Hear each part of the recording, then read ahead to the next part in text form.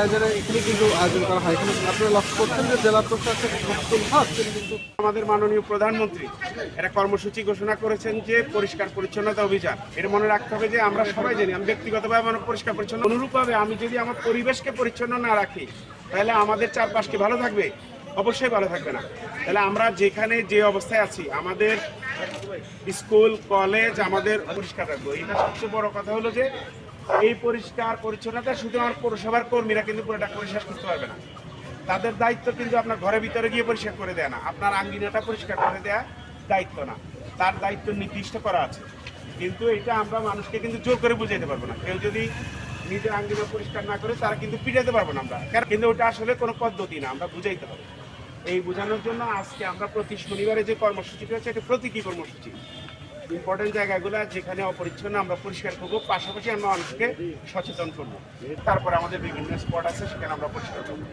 সবাই আমরা আন্তরিকতার সাথে এই কাজটি করব এবং আমরা শুধু এই কাজটি করেই খানতে হবো না, আমরা এটার প্রচারণাটাও অব্যাহত রাখবো। যে যে পজিশনে আমরা আছি আমরা সচেতন করবো মানুষকে।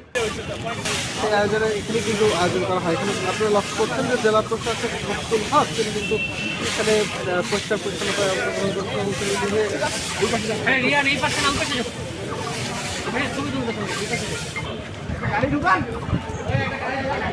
চলছে।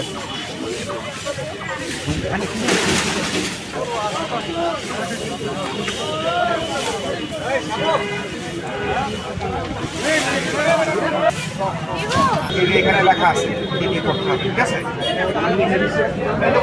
আগামী দিন পর্যন্ত রেখে যাবে এর ভিতরে একটা বাড়ি করছেন, আপনি এটা 5 তলা বাড়ি করছেন, আপনার বাড়ির পাশে যদি ফুটপাত হয় একজন অবৈধ দোকান দিয়ে বসে থাকে আপনার কেমন লাগবে?